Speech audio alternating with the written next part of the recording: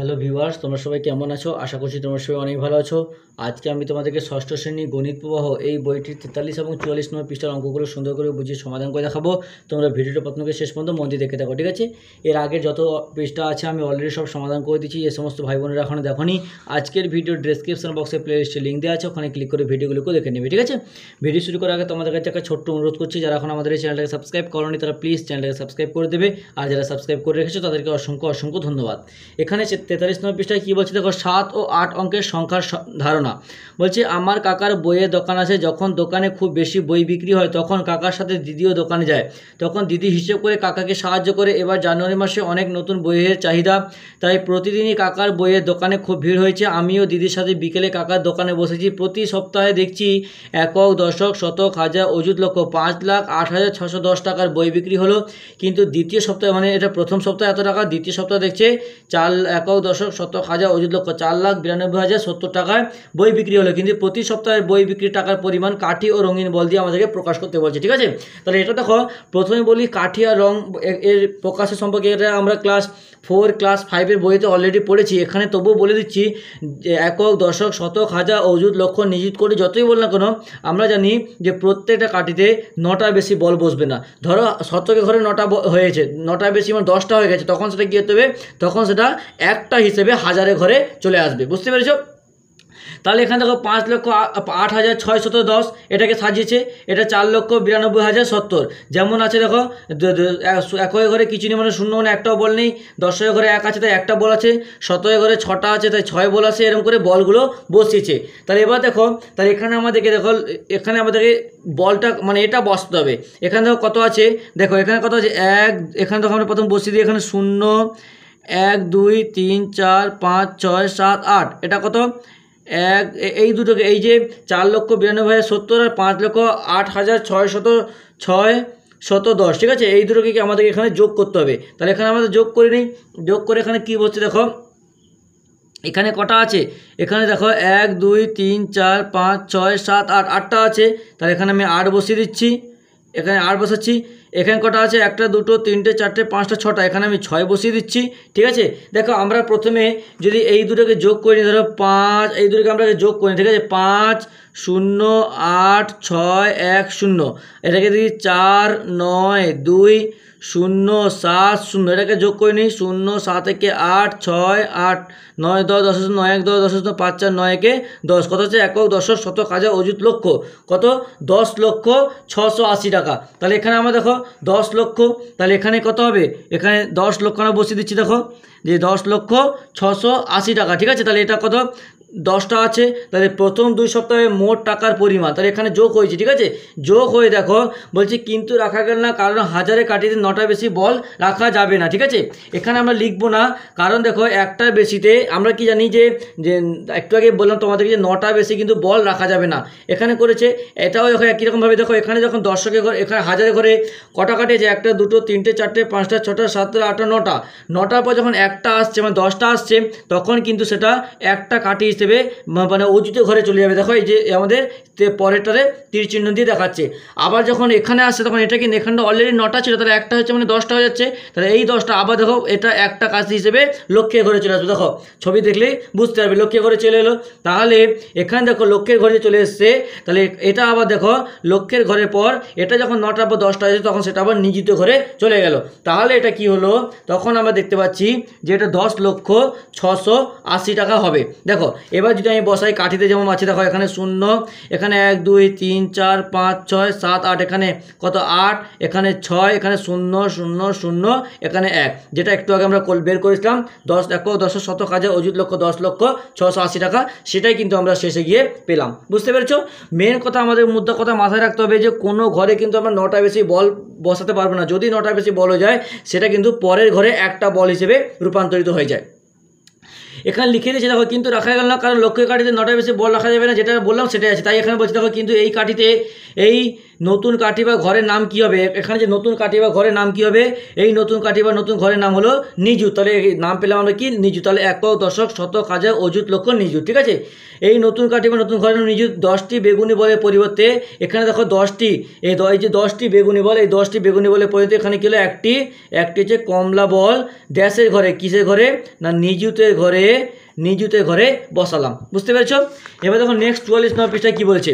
44 নম্বর পৃষ্ঠায় বলছে 2011 সালের জনগণনায় পশ্চিমবঙ্গের কিছু জেলায় জনসংখ্যা কাঠি ও রঙিন বলের সাহায্যে, এখানে দেখো দিয়েছে হাওড়া জেলার জনসংখ্যা, এখানে দিয়ে দিচ্ছে, আমরা জাস্ট কথায় লিখে দিচ্ছি। দেখো একক, দশক, শতক, হাজার, অযুত, লক্ষ।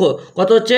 এই লক্ষ, এরপরে এদিকে আগের সংখ্যাটা আমাদেরকে গুণে দেবে। তাহলে কত? 4 আর 48, তাহলে এটা হবে 48 লক্ষ,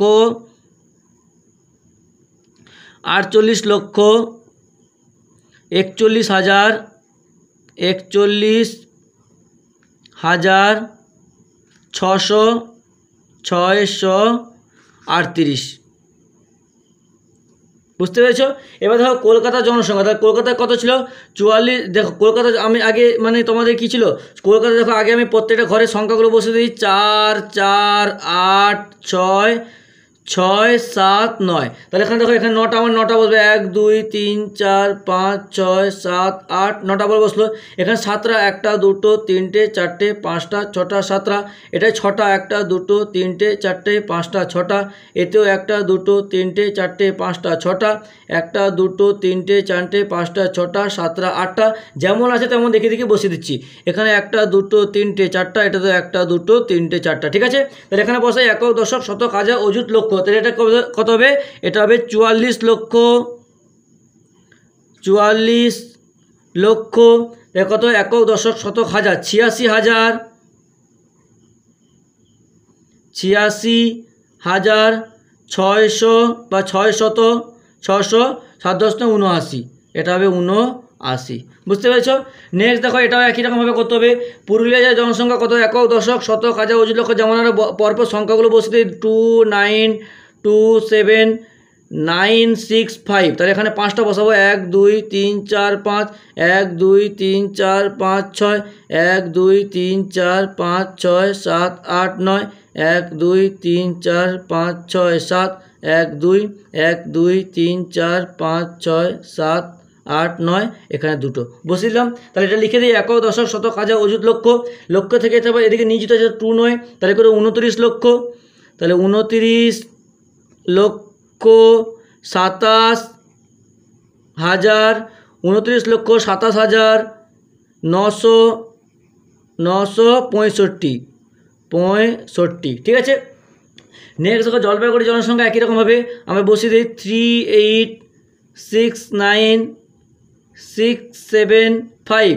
তাহলে বসে দিচ্ছি 1, 2, 3, 4, 5, 1, 2, 3, 4, 5, 6, 7, 1, 2, 3, 4, 5, 6, 1, 2, 3, 4, 5, 6, 7, 8, 9, 1, 2, 3, 4, 5, 6, 1, 2, 3, 4, 5, 6, 7, 8 যেমন আছে দেখে দেখে বসছিল। তাহলে এটা কত হবে? 38 লক্ষ 69,000, 38 লক্ষ 69,675। ঠিক আছে, এবার দেখো নেক্সট বলছি স্থানীয় মানে বিস্তার। স্থানীয় মানে বিস্তার করা আমরা আগে শিখেছি, তবুও এখানে আছে দেখো একটা স্থানীয় মানে যে অঙ্কে লিখেছে, এই অঙ্কে লিখে স্থানীয় মানে বিস্তার করছে। ঠিক আছে, এগুলো কেমন করে ভাঙবে আমি তোমাদেরকে দেখিয়ে দিচ্ছি। প্রথমে স্থানীয় মানে বিস্তার করে ভেঙেছে। এখানে দেখো ভেঙেছে, দেখো 7 আছে, 7-এর পরে যতগুলো সংখ্যা আছে সবগুলো শূন্য দিয়ে দেবে। আবার 5 লিখবে, তারপর যতগুলো সংখ্যা আছে শূন্য বসে দেবে, এরকম করে বসাবে। লিখেছে তারপর 7 নিযুত, একক, দশক, শতক, হাজার, অযুত, লক্ষ, নিযুত। 7 নিযুত, 5 লক্ষ যেমন আছে পরপর লিখেছে। পরেরটা আমি তোমাদেরকে করে রাখাচ্ছি খাতায়, তোমরা একটু দেখে নাও। ঠিক আছে, এখানে সংখ্যাটা কত আছে? সংখ্যাটা আছে দেখো কত ছিল যে 23186। তাহলে 23186, 2318600। ঠিক আছে, তাহলে এটাকে যদি আমি স্থানীয় মানে ভাঙি তাহলে কী হবে? দেখো 2 লিখলাম, তারপরে কটা 1, 2, 3, 4, 5, 6। তাহলে 1, 2, 3, 4, 5, 6। তারপরে দেখো 3 লিখলাম, 3-এর এখানে কটা সংখ্যা আছে? 1, 2, 3, 4, 5, 5টা আছে, তাহলে 5টা শূন্য দেবো। 1, 2, 3, 4, 5। তারপরে দেখো 1 লিখলাম, কটা শূন্য? 1, 4টা, তাহলে 1, 2, 3, 4। তারপরে দেখো 8 লিখলাম, যোগ কটা সংখ্যা আছে? 3টে, তাহলে 3টে শূন্য দিয়ে দিলাম।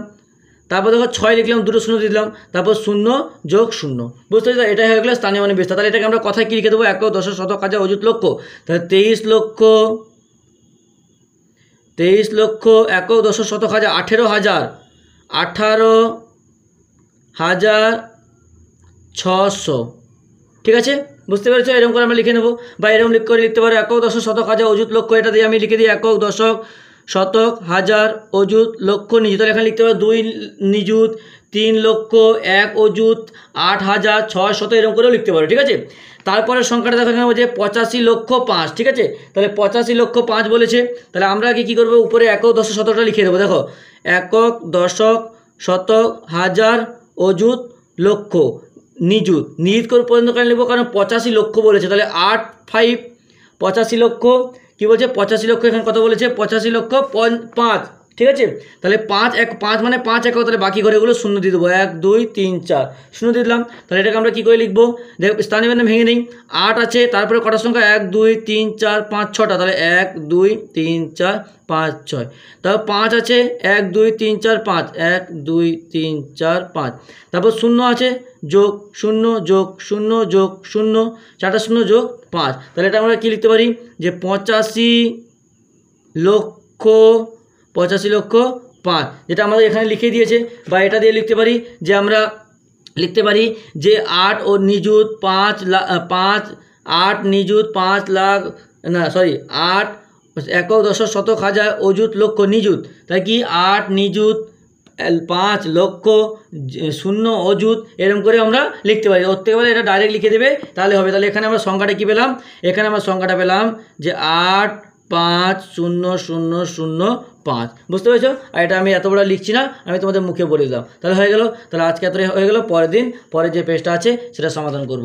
ভিডিওটিতে একটা লাইক করে তোমার অন্যান্য বন্ধুদের মধ্যে শেয়ার করে দিও প্লিজ, কারণ তোমাদের একটা লাইক আমাকে কিন্তু পরবর্তীকালে আরও ভালো বেটার ভিডিও বানাতে উৎসাহিত করে তোলে।